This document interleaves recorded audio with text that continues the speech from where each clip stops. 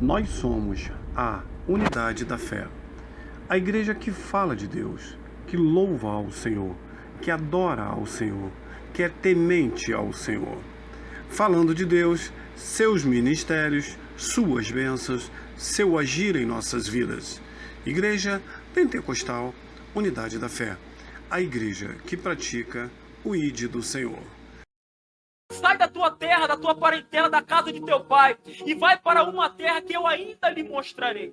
Observe que ali Deus está estabelecendo a nação de Israel através de Abraão, porque Abraão significa pai exaltado. Só que Deus muda o nome de Abraão para Abraão, que é pai de muitas nações. Todo o estabelecimento que Deus havia tentado criar desde Gênesis com Adão e Eva. Agora Deus olha para Abraão. Deus olha para Abraão e fala que aquilo que ele havia colocado em seu coração tem como ser estabelecido. Através de Abraão, toda a nação de Israel iria ser configurada.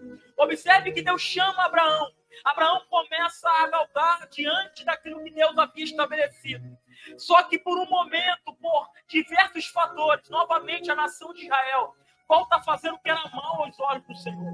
Se você observar o livro de Juízes está de forma explícita dizendo que o povo que era escolhido por Deus, todas as vezes que um juiz morria, voltava a fazer aquilo que era mal aos olhos do Senhor. Por 29 vezes essa expressão aparece no livro de Juízes. Só que quando o povo voltava o seu olhar para os altares, para aquilo que não era que Deus havia estabelecido, Deus levantava um juiz para poder ajuizar a nação. Existiam 13 juízes que Deus havia levantado para ajuizar a nação de Israel. Só que aquilo que o juiz era levantado por Deus para ajuizar a nação tinha tempo determinado. Quando ele morria, novamente o povo voltava a fazer o que é errado. Quando o juiz era levantado, o povo voltava para as diretrizes daquilo que Deus estabelecia. Mas quando o juiz morria, novamente o povo voltava a ofertar e fazer altares a deuses pagãos.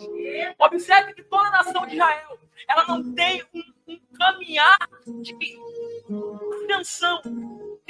Porque na sua caminhada havia declínios. Uma hora estava adorando e outra hora estava cultuando a deuses pagãos. Uma hora estava levantando a sua boca, os seus olhos para o Senhor. E outra hora estava olhando para deuses dos povos vizinhos. Observe que Deus, vendo isso, Deus começa a levantar pessoas. Deus começa a levantar reis. Deus começa a levantar nações e dar força a essas nações para poder pisar e até mesmo ajuizar o povo de Israel. Só que por um momento Deus levanta pessoas para poder fazer com que a nação pudesse andar segundo as suas ordens.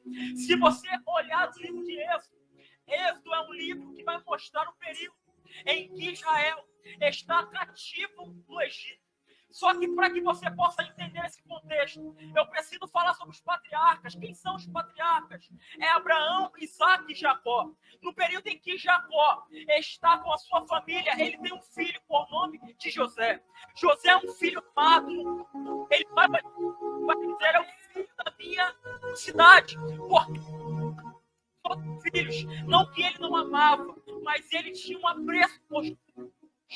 Começa a crescer um ambiente hostil. José começa a crescer um ambiente que seus irmãos têm inveja de José. Certa ocasião, eles estão sentados à mesa. Ele se levanta e fala, eu sonhei que eu estava no meio do milharal e os seus milhos se curvavam de... Será que nós seremos seus servos? Será que você é rei sobre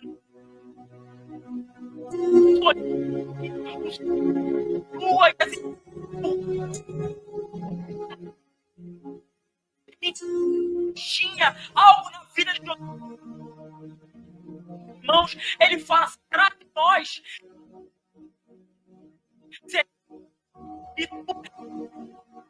e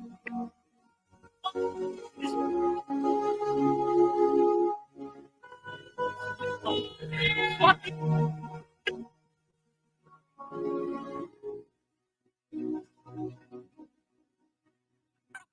que estava... Você entrou aqui dizendo que Deus não está... Você entrou aqui esta noite dizendo que a perseguição é muito grande sobre a tua vida, sobre a tua família. Só que Deus me trouxe aqui para te dizer, quando Ele estabelece uma promessa sobre a tua vida, o diabo não tem poder para tirar. O inimigo não tem poder para apagar aquilo que Deus estabeleceu sobre a tua vida. Queira o diabo ou não, queira o inimigo ou não, a promessa que Deus desferiu sobre a tua vida, uma hora vai acontecer. Se você olhar para a vida de José, você vai ver que José, ele sempre esteve em declínio. José sai da casa de seu pai e vai para o Egito. Ele vai para o Egito e vai para a casa de Potifar. Seus irmãos vendem ele para a caravana dos amalequitas, porque eles tramavam a morte de José. Só que dentro dos seus irmãos havia um que tinha temor de Deus. E ele fala, se nós matarmos José, todo o juízo de Deus irá cair sobre nós. Porque, segundo a tradição de Deus, aquele que tinha uma promessa e era morto, Deus pesava a mão. Então, eles vendem José para a caravana dos amalequitas. José agora está no Egito, está na casa de Potifar. Só que a Bíblia diz que Deus era com José. Independente de onde ele estava, Deus era com José. Independente do ambiente onde ele estava, Deus era com José. Aonde José botava a mão, havia prosperidade. Porque aonde ele entrava, Deus estava com ele. Observe que José está dentro da casa de Potifar. Ele está servindo a Potifar. Potifar é um eunuco de Faraó. É um homem que estava estabelecido na sociedade. Ele coloca José como um administrador da sua casa, sem mesmo fazer uma perícia do que tem ou que não tem. Observe que certo dia uma mulher se levanta, a mulher de Potifar, ela tenta deitar-se com o José, só que José está fugindo da aparência. Observe que José, ele já é vendido, ele já não está mais no seio da tua família. José, ele está sobre uma maldição de seus irmãos, ele é perseguido. Ele foi caluniado, ele foi exposto ao ridículo. Só que ele está em um ambiente que não é a sua casa. Ele está em um ambiente que não é a sua família. Ele poderia muito bem dizer, eu já estou vivendo caos. Eu já estou vivendo um ambiente hostil. Então, é melhor que eu faça aquilo que já me rotularam. Porque tem gente que é rotulado. Tem gente que é apontada, até mesmo apelidado de alguma coisa. E esse apelido é absurdo.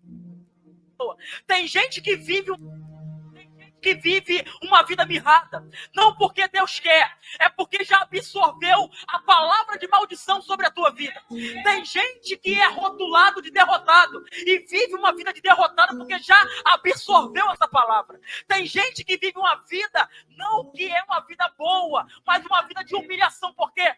Porque já absorveu essa palavra sobre a tua vida. Só que José olhou dizendo, eu não vou absorver aquilo que não é meu, eu não vou aquilo que Deus não falou sobre mim.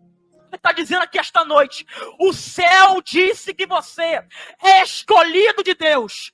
Deus está dizendo através da minha boca que independente da circunstância, Deus vai operar maravilhas sobre um ambiente hostil. Só que ele não olha para a circunstância. José está num ambiente caótico, só que ele não absorve aquilo que é no ambiente, porque tem gente que fala, eu errei porque eu estava no ambiente errado, eu pequei porque fizeram que eu pecasse. Só que Deus está dizendo esta noite, independente do ambiente que você estiver, faça a vontade de Deus. Independente do ambiente de onde você estiver, pregue com atitude, porque o maior testemunho é quando você está firme com Deus. A maior pregação que você pode levar para alguém é o testemunho que você vai apresentar. Não adianta pregar e não viver. Não adianta levar a verdade e não viver a verdade. Não adianta querer conduzir alguém ao céu se você não está no céu.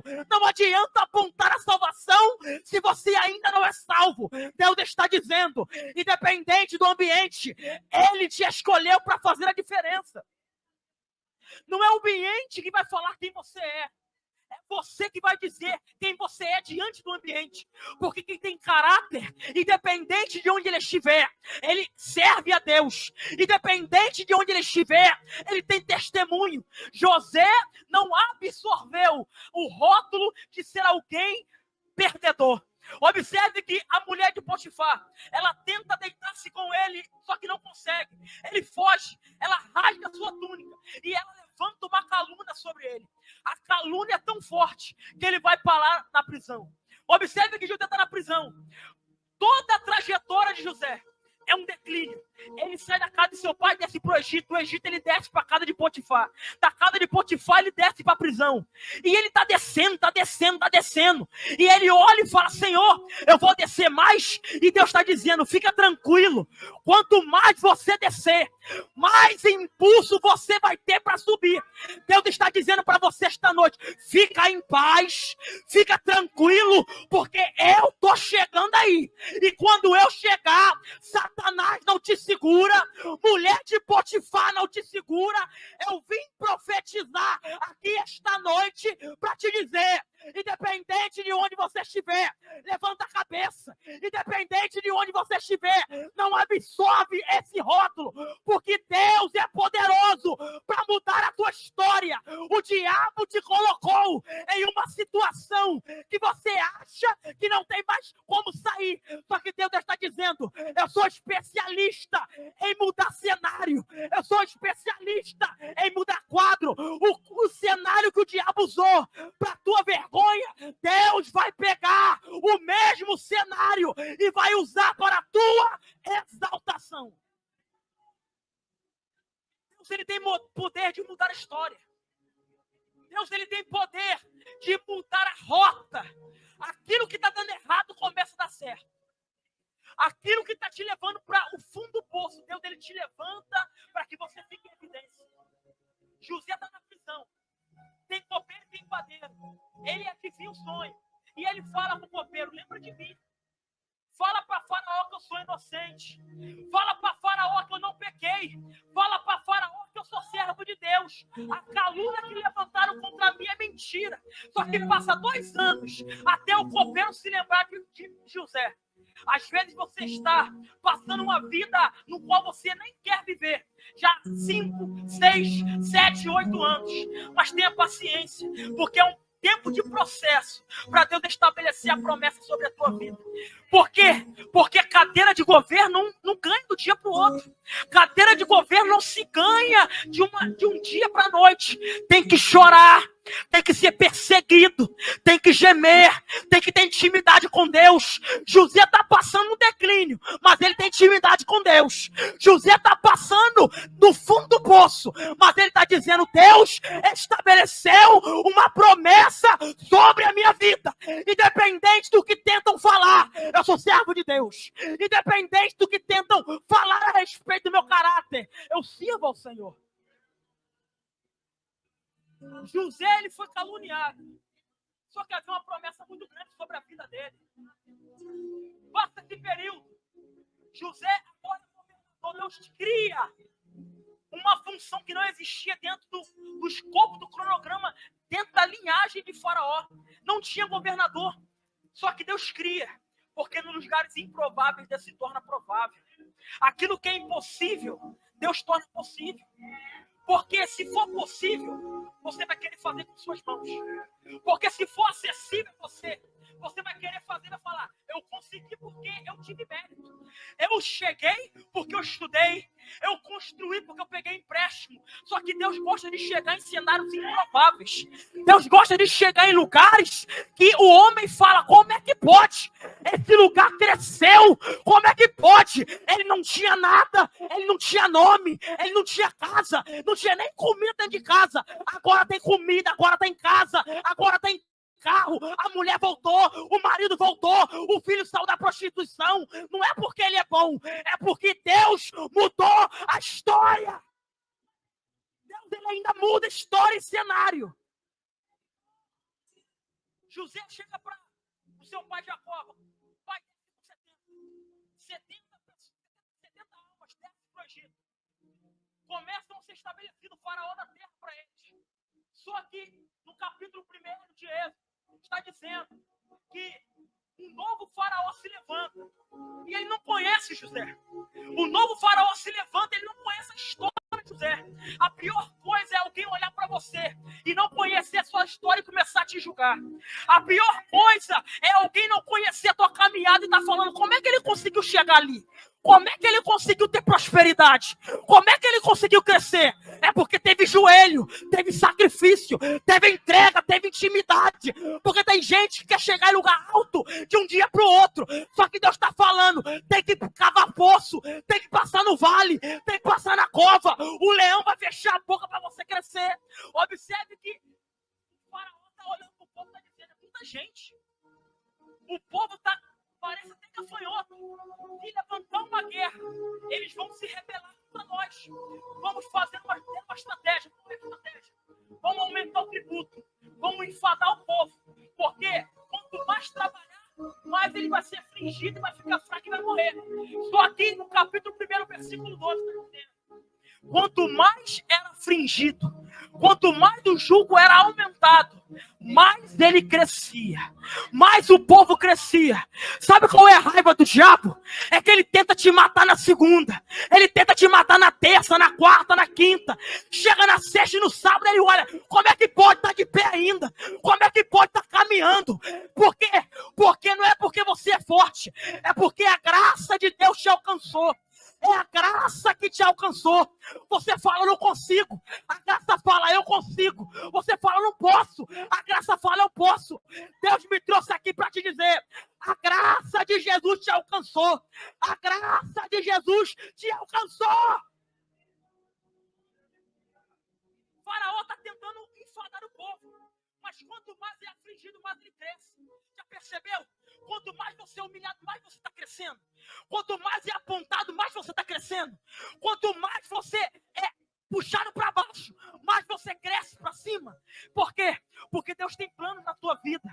Deus tem plano na tua trajetória. Deus tem plano na tua família. Deus está dizendo aqui, eu estou brindando a tua casa. Eu estou brindando a tua família. Deus está brindando teus projetos. Deus está brindando tudo aquilo que você estabeleceu. Eu vim como boca de Deus para te dizer, envergonhados, confundidos, ficarão os teus inimigos. Deus vai confundir. Deus vai confundir teus inimigos essa noite. O faraó começa a estabelecer. O povo está enfadado. O povo começa a orar. O povo ora um dia. Eu só trago o libertador depois de 80 anos. O povo ora um dia. Só que a provisão só chega depois de 80 anos. Tem gente orando hoje querendo a promessa amanhã. Tem gente orando hoje querendo provisão amanhã. Será que Deus esqueceu de mim? Não. Tem que ter paciência. Tem que esperar. Porque Deus ele faz na hora que ele quer. Deus ele faz. Mas quando está dentro do padrão que ele estabeleceu. Às vezes aquilo que você quer não está no padrão de Deus. Às vezes aquilo que você pediu não está dentro do cronograma de Deus. Pode pedir até daqui a 1000 anos. Deus não vai fazer. Pode pedir, pode ficar com o joelho cheio de machucado, orando a noite toda. Deus não vai fazer. Porque Deus ele faz não porque você pede. Ele faz porque está dentro do cronograma dele. Está dentro daquilo que Deus estabeleceu. Se estiver fora, Deus não faz. Porque os planos de Deus são diferentes dos nossos. Deus ele trabalha para a direita, a gente pensa que ele vai para a esquerda. Deus ele trabalha por cima, a gente pensa que ele vai por baixo. Deus ele não tem padrão. Ele faz da forma dele, da vontade dele, da hora que ele quer fazer. O povo está orando. Depois de 80 anos, Deus levanta o libertador. Porque a vida de Moisés tem 3 períodos. O primeiro período do nascimento até a fuga para o Egito, deserto. A fuga dele do deserto, 40 anos. Do deserto, cuidando das ovelhas. Até a chamada dele da sarça ardente, mais 40 anos. Então, depois de 80 anos, Deus levanta Moisés como libertador. Êxodo capítulo 3, versículo 2 está dizendo. O anjo do Senhor se apresentou na sarça. Esse termo anjo do Senhor é uma teofania. É manifestação do próprio Cristo. O próprio Jesus se manifesta na sarça. A sarça queima, mas não se consome. A sarça queima, mas ela não está se apagando. Por quê? Porque, independente da circunstância, Deus ele trabalha onde ele quer. A sarça é um arbusto pequeno. É espinhoso, é feio. 30 centímetros. Ninguém dá nada por ele. Mas Jesus escolheu para manifestar o seu poder com a chama de Moisés. Às vezes estão olhando para você e estão dizendo, daí não vai sair nada. Daí não tem cara que vai sair um pregador, não vai sair uma missionária, não vai sair um cantor, não vai sair nada. Só que Deus está dizendo, o meu padrão é diferente. Eu escolho quem sabe, eu escolho quem não sabe, eu escolho quem tem, eu escolho quem não tem, eu escolho quem é grande, quem é pequeno. Eu te escolhi aqui esta noite. Êxodo capítulo 25, versículo 8. Deus fala, Moisés construiu um tabernáculo. Mas primeiro vai no deserto e pega uma madeira chamada cássia. A madeira cássia é a madeira bruta, ou a madeira torta, e demora a ficar no ponto. Deus está falando com Moisés, pega a madeira cássia. Eu não quero outra madeira, essa madeira que é bruta, que é torta, e demora a ficar no ponto. O diabo está olhando e está falando, como é que pode? Deus está escolhendo uma madeira que é bruta, que é torta, e demora a ficar no ponto. Por quê? Porque Deus não olha para a aparência, Deus olha para o que está aqui dentro. Deus não olha para a parte estereótipa. Deus olha para o coração. Davi pergunta, Senhor, quem habitará no seu monte? Quem entrará no seu tabernáculo? Ele fala, aquele que é puro de coração. Tem gente que tem a mão suja e fala, Senhor, acho que eu estou coração sujo. Pensamento de Deus. Deus vai fazer o quê? Deus vai trabalhar o quê? Está botando a mão na obra, está tudo errado. Está colocando a mão na área, está tudo errado. As coisas não foram porque a igreja é ruim. Não é porque o pastor tem direção. É porque você está desfazendo o ambiente. Está com a mão toda podre, toda errada, botando a mão na obra. Deus está dizendo aqui, limpa primeiro a sua vida. Se estabeleça primeiro com Deus. E depois faz a obra. Tem muita gente botando a mão naquilo que não é para botar. Observe que Deus, ele começa a estabelecer tudo aquilo que o povo está pedindo. Eu vou correr para o tempo. Moisés é levantado, volta para o Egito. Deus concede a ele graças juntamente com Arão. O povo fica 400 anos cativo. Ele consegue libertar. Ele está diante de um ambiente que ele não consegue ter um discernimento de vitória. Qual é o ambiente? Deserto. Desde a saída do Egito até a Jericó, tem uma distância de 700 quilômetros.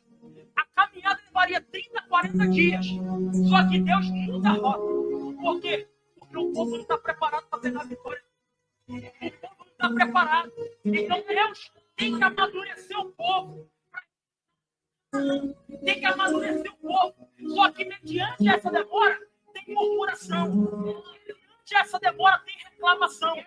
No Egito, o povo está comendo alho, pepino e cebola. Só que no deserto, Deus providencia maná, a roupa cresce no corpo, o calçado está crescendo nos pés, está frio, Deus manda coluna de fogo, está calor, Deus manda nuvem do refrigério, e sempre está sendo guiado por alguém. Só que o povo está murmurando, o povo está reclamando, o povo está sendo incrédulo, e a pior coisa é você andar com quem é incrédulo. A pior coisa é andar com o murmurador, as coisas não andam, nada funciona, nada flui, porque Deus não gosta de murmuração.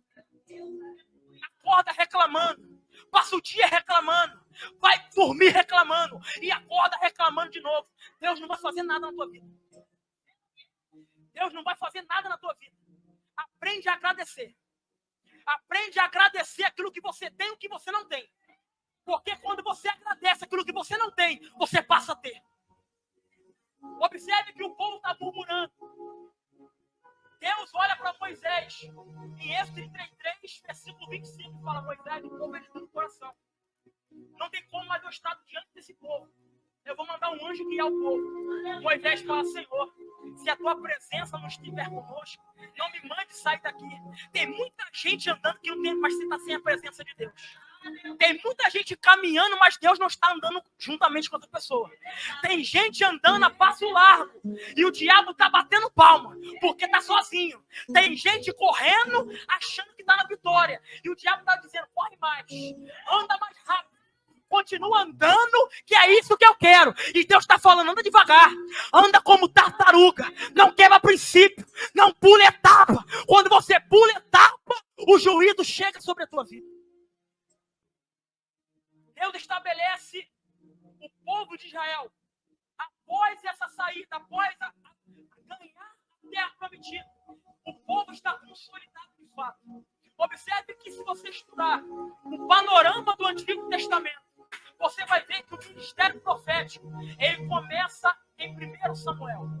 Deus começa o ministério profético em 1 Samuel. Deus chama Samuel dentro da casa de Eli. Eli é sacerdote. Eli tem cadeira sacerdotal, tem posição, tem até credencial para estar afastado de Deus. Eli tem cargo eclesiástico, mas não ouve mais a voz de Deus. Samuel é pequeno, mas ele ouve a voz de Deus. Samuel, ele é até ainda jovem, mas ele tem intimidade com Deus. Porque a tua intimidade não está ligada àquilo que você tem ou que você não tem. A sua intimidade com Deus está ligada ao tempo de caminhada ou até mesmo ao começo de caminhada. Porque Deus, ele olha para o seu coração. Tem gente que tem 20 anos de igreja, mas é 20 anos que está distante de Deus. É 20 anos que não tem comunhão com Deus. Não é o tempo que você tem na igreja que vai determinar a sua intimidade com Ele. Não é o tempo que você tem na igreja que vai mostrar quem você é diante dele. Tem gente que olha para você e fala: nossa, tem 20 anos de igreja, é santarrão. Nossa, se orar, Deus faz. Não é o tempo que você tem. É o coração que você está mostrando diante dele. Deus chama Samuel. Samuel cresce. Samuel está vivendo um período em que o povo está sendo governado por Deus. Um período teocrático. Só que a monarquia começa em 1 Samuel capítulo 8. O povo olha para Samuel e fala: Samuel, eu quero rei. Eu olho para os vizinhos e todos eles têm rei. Por que Israel não tem? Observe que Deus não levanta Saul. Quem levanta Saul, quem pede Saul, quem pede um rei é o povo. Porque Deus não levanta ninguém para quebrar princípio. Deus não levanta ninguém para quebrar aquilo que ele estabeleceu. Saul é rei, ele tem coroa, só que ele não quer ter presença de Deus. Saul, ele visa status, ele não visa a presença de Deus. E quantos de nós estamos dentro da igreja e estamos visando cadeira, estamos visando posição, estamos visando outdoor? Se meu nome não tiver no cartaz, eu nem vou para o culto. Se meu nome não tiver no banner, minha foto, o culto não vai acontecer nada. E Deus está perguntando: quem é você diante da presença dele? Quem é você diante da magnitude da presença de Deus? Eu não sou ninguém, você não é ninguém. Se a gente não estivesse aqui, Deus estaria aqui. Se eu não estivesse pregando, Deus usaria outra pessoa. Porque Deus é santo. Ele é o grande eu sou. Ele é o El Shaddai, Adonai. Ele é o Deus das nossas vidas. Independente se eu não estivesse aqui, Deus estaria aqui. Porque ele não depende de você nem de mim para nada. Somos nós que dependemos dele. Observe que o povo pede o rei. E Saul é instituído. Enquanto o reino de Israel está unificado, tiveram 3 reis: Saul, Davi e Salomão. Só que a Bíblia vai dizer, em 1 Reis, capítulo 12, que, capítulo 11, Salomão ele morre. Ele está já na caminho da velhice. Ele começa bem, mas o final dele é um final de promiscuidade. Ele começa nos caminhos do Senhor. Por quê? Porque Davi, independente dos seus erros, ele sempre declarava ao Senhor que ele que errou diante dele. Porque tem gente que erra e aponta alguém dizendo: eu errei por causa dela. Eu errei por causa do pastor. O pastor está sem direção, falou uma palavra para mim e me jogou lá fora. Não, você saiu porque você quis. Tem gente que desfere palavra, de fato, que é dura, e aquilo faz com que você se sinta mal. Só que quando você está alicerçado na rocha, palavra nenhuma vai te tirar da direção de Deus. Palavra nenhuma vai te tirar do caminho de Deus. Então para de meninice e falar: eu saí por causa de alguém. Mentira. Davi anda segundo aquilo que Deus estabeleceu. Ele erra. Ele quebra quase os 10 mandamentos. Ele quebra. Só que ele fala: Senhor, eu pequei contra ti. Não se afaste de mim a tua presença. Ele tira a coroa, ele tira as vestes. Ele tira as vestes de rei e começa a se humilhar diante de Deus. Está faltando se humilhar diante do Senhor. Essa geração de hoje é a geração que erra e acha que errou porque alguém fez ele errar e não quer mais se humilhar diante do Senhor. Só que Deus está dizendo: se você errou, se humilha diante dos pés do Senhor. Se você errou, se humilha diante dele. Porque quando Deus vê um coração quebrantado, conscrito diante dele, Deus ele perdoa. E você começa a se levantar novamente. Observe que Salomão, ele está vendo que Davi, o seu pai, fez aquilo que é certo. Ele começa a ser, no final dele é um derradeiro. Ele começa a se relacionar com a rainha de Sabá. Ele pega mulheres, coloca no seu reino. Davi tem 700 princesas e 300 concubinas. Ele se deleita. Ele está levantando altares a Moloque. Ele está levantando altares a Astarote, a deuses de outras nações. Deus está olhando para ele e está dizendo: eu rejeito essa atitude. Eu rejeito essa posição. Em 1 Reis, capítulo 11, versículo 29, havia um nome de Jeroboão. Jeroboão está saindo de Jerusalém. Ele se encontra com Aías, que sai do campo. Deus toma a boca do profeta Aías, que está vestido com uma túnica nova. Ele rasga a sua túnica em 10 novos pedaços. Ele pega 10 pedaços e entrega na mão de Jeroboão e fala assim: diz o Senhor: da mão de Salomão rasgarei o meu reino e colocarei na sua mão as 10 tribos de Israel. Ele olha para aquela situação e ele começa a temer. Só que isso vai até os ouvidos de Salomão. Salomão tenta matar Jeroboão. Jeroboão foge para o Egito, para o deserto. Só que em 1 Reis, capítulo 12, Salomão ele morre, Jeroboão, ele toma a posição do seu pai. Ele toma o conselho errado diante da congregação de Israel. E ele fala aquilo que a nação queria ouvir. Ali está configurado o desenlace.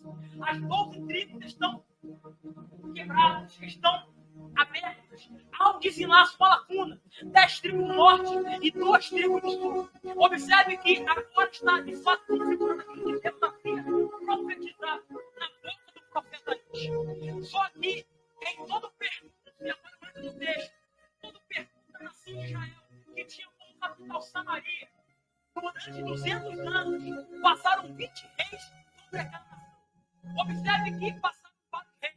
E o primeiro foi Jeroboão. Esse que ficou nas 10 tribos. Ele começa a fazer aquilo que é errado. Ele se volta para altares de deuses pagãos. Ele começa o reinado errado diante de Deus. Todos os seus sucessores também erraram diante de Deus. Só que o 6º rei se chama Uri. E ele tenta fazer isso acontecer, mas também faz aquilo que é errado, ele morre. E o seu filho Acabe agora está diante do reinado. Quem é Acabe? Acabe, ele está diante da nação. Só que ele começa a fazer o que é errado. Por quê? Porque havia um casamento político. Então ele se casa com Jezabel. Quem é Jezabel? Jezabel é filha de Etibaal. Etibaal é rei dos Sidões. Ele é profeta ou sacerdote de Astarte.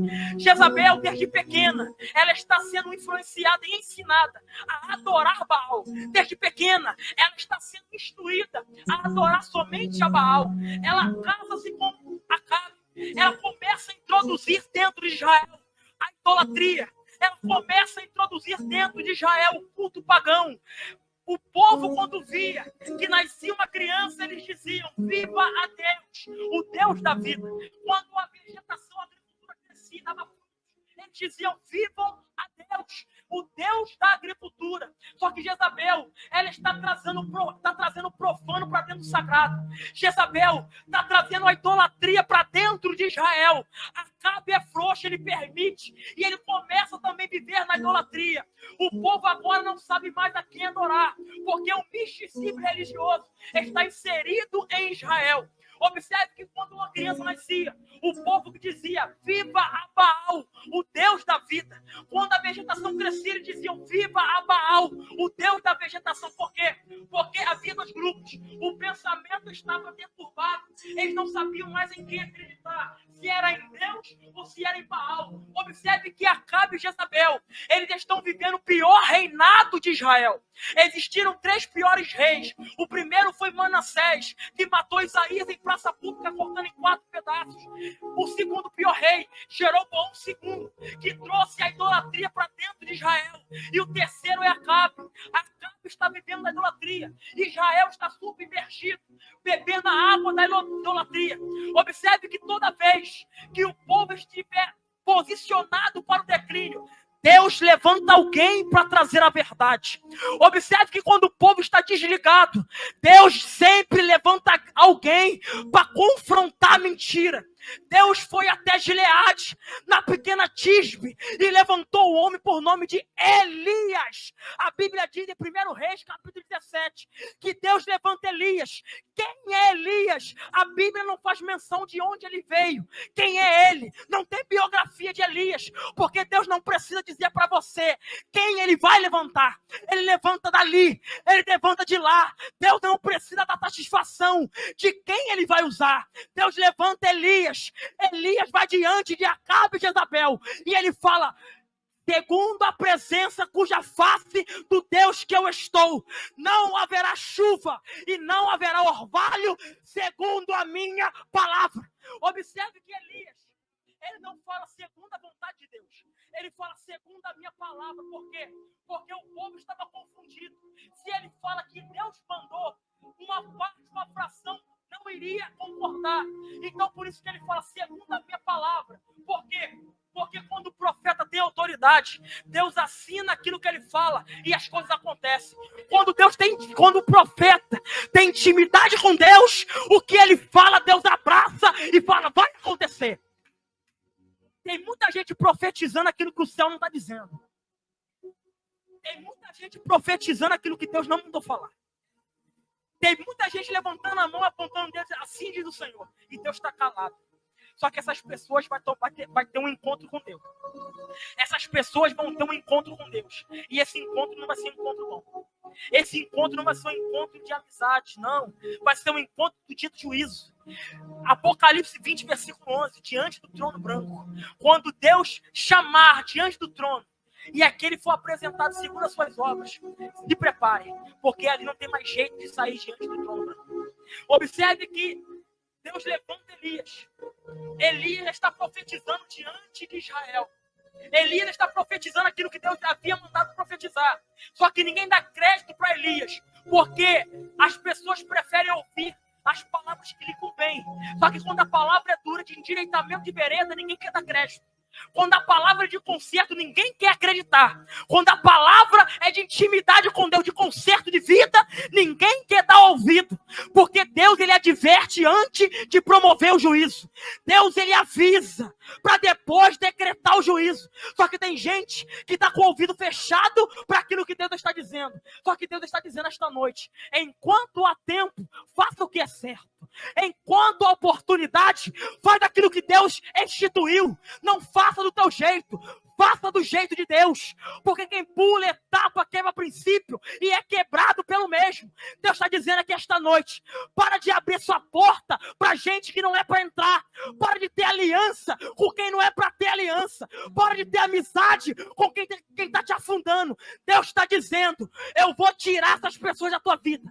Eu vou tirar essas amizades da tua vida. E não adianta ficar questionando que sou eu que estou tirando. É Deus que vai arrancar. Porque Deus, ele conhece o coração. Tem gente que você abre a porta, coloca na tua casa e começa tudo a errado. E você quer botar por Deus, só que você não tem discernimento e vigilância para poder observar que você abriu uma brecha para alguém entrar e fazer arruaça na tua casa. Deus, o diabo sempre usa alguém que não é distante de você, que é próximo de você. O diabo sempre vai jogar uma seta para alguém que é próximo de você. Para você não ter aquele pensamento de: será que essa pessoa tão próxima a mim, ela gosta de mim, senta na mesa comigo, é uma pessoa que está dentro do meu vínculo de amizade. Não pode ser essa pessoa, com certeza alguém de longe. E o diabo está dizendo: agora eu acertei. Agora eu vou matar ela. Agora eu vou derrubar ele. Agora eu estou entrando na casa dele. Mas Deus está dizendo: nenhuma arma preparada contra a tua vida vai prevalecer. Vai prevalecer. Quem crê que Deus está cortando um laço aqui esta noite? Quem crê que Deus está cortando o laço aqui esta noite? É noite de livramento. É noite de livramento. Deus está cortando o laço. Você entrou no culto dizendo: Senhor, é o último culto da minha vida. E Deus está dizendo: não é o último não. Esse é o primeiro de muitos. Porque aquilo que o diabo estabeleceu na tua vida, eu estou quebrando hoje. Deus está quebrando o laço sobre a tua vida esta noite. Quem crê nessa palavra? Quem crê nessa palavra? Abre a boca, levanta a mão e solta o glória que está na sua boca.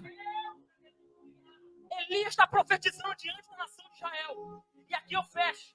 Ele está profetizando. Deus manda ele sair do cenário, vai para o ribeiro do Querite, diante do Jordão. É alimentado pelos corvos, bebendo da água do Querite. Só que, por um momento, Deus cerra aquela água, manda ele sair, ele vai para a casa da viúva de Sarepta de Sidom. Ali ele promove um milagre através do poder de Deus. Só que Deus se apresenta novamente para ele e fala: está na hora de voltar. Já tirou umas férias? Já comeu hambúrguer de manhã, hambúrguer de noite? Já bebeu a água do Querite? Agora está na hora de voltar. Está na hora de fazer aquilo que eu estabeleci. Porque tem gente que gosta de tirar umas férias de Deus. Tem gente que gosta de tirar umas fériasinhas da igreja. Falar, vou ficar uma semana sem ir para a igreja. Eu já trabalhei muito. Eu já fiz muita coisa. Está na hora de eu entrar nesse forte. Está na hora de eu tirar umas férias. Quem tem promessa não tem férias. Quem é prometido, quem é escolhido, não tem férias. É todo momento trabalhando, pelejando, levantando a mão, dando glória e lutando contra o diabo, contra o inferno. Elias volta, se encontra com Obadias. Ele fala: se apresenta rápido, manda ele vir falar comigo. Obadias está com medo, porque Obadias é aquele que é chamado por Deus. Quando Jezabel manda matar os profetas, ele pega 50, coloca na caverna, ele pega mais 50, bota outra caverna, inimigo. E ele fala com... Ele ainda foi perguntando para Elias: Elias, como é que eu vou me apresentar? Acaba dizendo que você quer falar com ele, vai me matar. Será que Deus tem visto aquilo que eu fiz? Será que Deus tem presenciado as atitudes que eu tive diante dele? Só que Elias está dizendo: tem que chamar, tem que falar, porque está na hora de abrir um confronto. Tem vezes que você está tendo um confronto direto com alguém que está te perseguindo. É a hora de se levantar esta noite. É a hora de fazer igual Ana. A Ana está sendo perseguida por Penina. Ela não está querendo comer. Ela não quer mais adorar. Não quer mais ir a Siló. Só que, em um certo momento, ela se levanta e começa a orar e confrontar. Por quê? Porque aquele que tem a marca não tem que abaixar a cabeça para ninguém. Aquele que tem a marca de Deus, ele tem que confrontar aquele que está no mundo, aquele que é o diabo. Observe que Ana se levanta sobre a vida dela. Ela não quer absorver essa humilhação que está há anos sobre ela. Exatamente Obadias. Obadias, ele é servo de Deus, está num ambiente hostil. Mas ele mesmo num ambiente caótico, ele mostra que ele é servo de Deus. Porque no ambiente que vai mostrar o seu caráter, você tem que sobressair sobre o ambiente que você está. Ele vai até a casa, fala que Elias quer falar com ele. E aquilo que eu quero falar está aqui no texto. Elias chama toda a congregação de Acabe. Elias está chamando toda a congregação diante de Acabe. Ele chama o Monte Carmelo. Observe que Elias também chama os 450 profetas de Baal e os 400 profetas de Azé. Só que antes desse confronto, antes da peleja entre Deus e esse Deus pagão, Elias levanta a sua voz e pergunta e fala que nem Josué.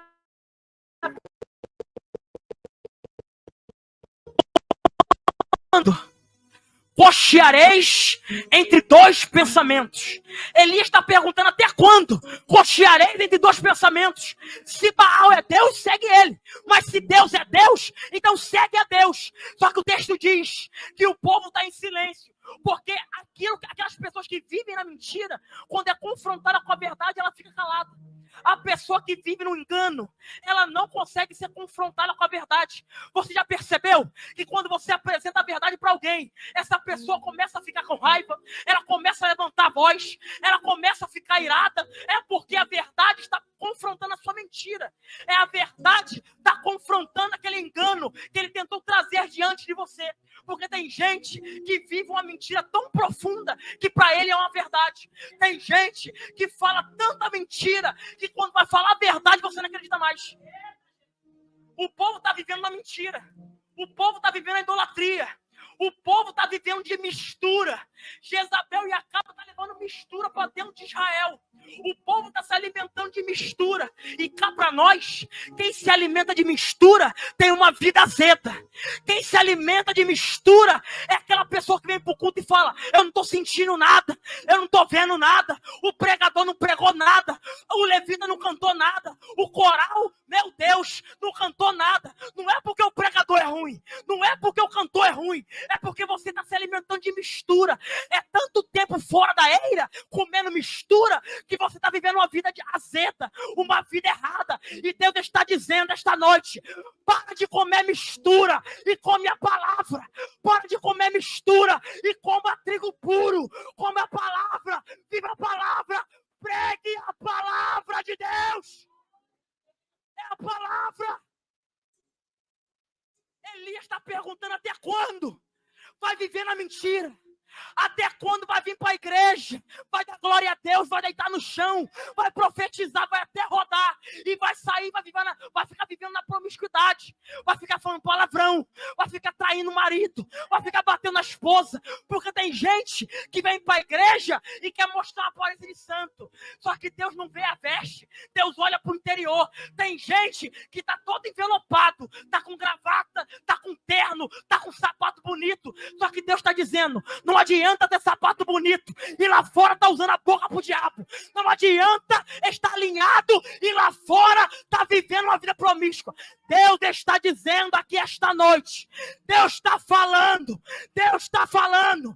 Viva a palavra. Pregue a palavra de Deus. Ele está perguntando: até quando? Até quando vai viver de hipocrisia? Até quando vai ficar usando máscara? Até quando vai vir para a igreja e vai mostrar uma coisa que não é? Até quando vai ficar em cima do muro? Deus está dizendo aqui esta noite: é noite de andar na posição. É noite de fazer o que é certo. Sai do muro. Viva a palavra de Deus. Deus está dizendo aqui esta noite: não adianta ser uma pessoa boa se não está inserido em mim. Jesus, ele fala: se não está em mim, está em trevas. Ah, mas eu sou bom. Eu dou cesta básica. Eu ajudo a pastora. Eu não xingo. Eu vivo uma vida santa. Mas está em Cristo? Está na luz? Não, não aceitei Jesus ainda não. Então está em trevas. Está em trevas. Não adianta ser bom se não está vivendo com Jesus. Não adianta ser bom e não ter Jesus na vida.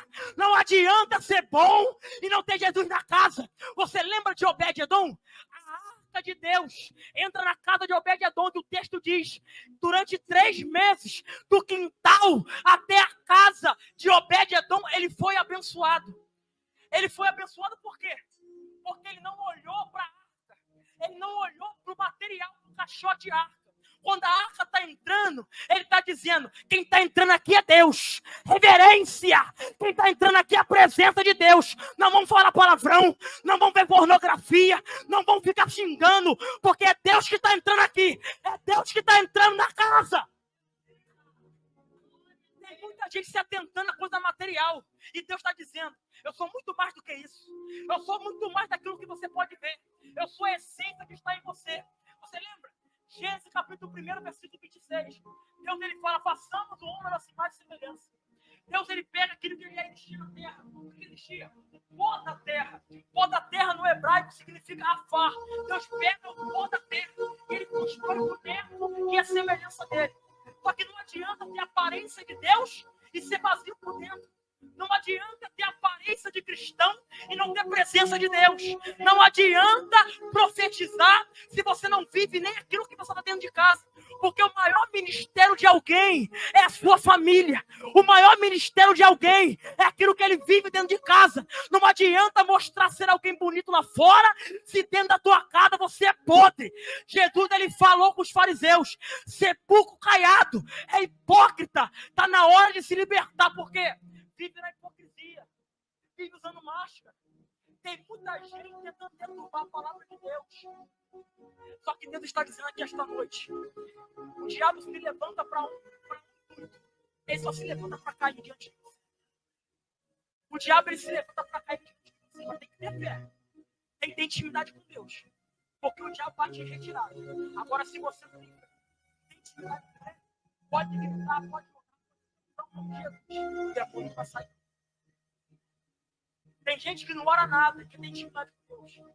Tem gente que não jejua nada, que tem intimidade com Deus. Tem gente que não vive, nem não tem nenhuma devocional para mim, porque tem intimidade com Deus. Infelizmente, desculpa, mas Deus está afastando. Por quê? Porque segunda ramatologia, que afasta Deus do seu Criador, ou Deus do seu servo, é o pecado. Há uma lacuna entre Deus e o pecado e o homem.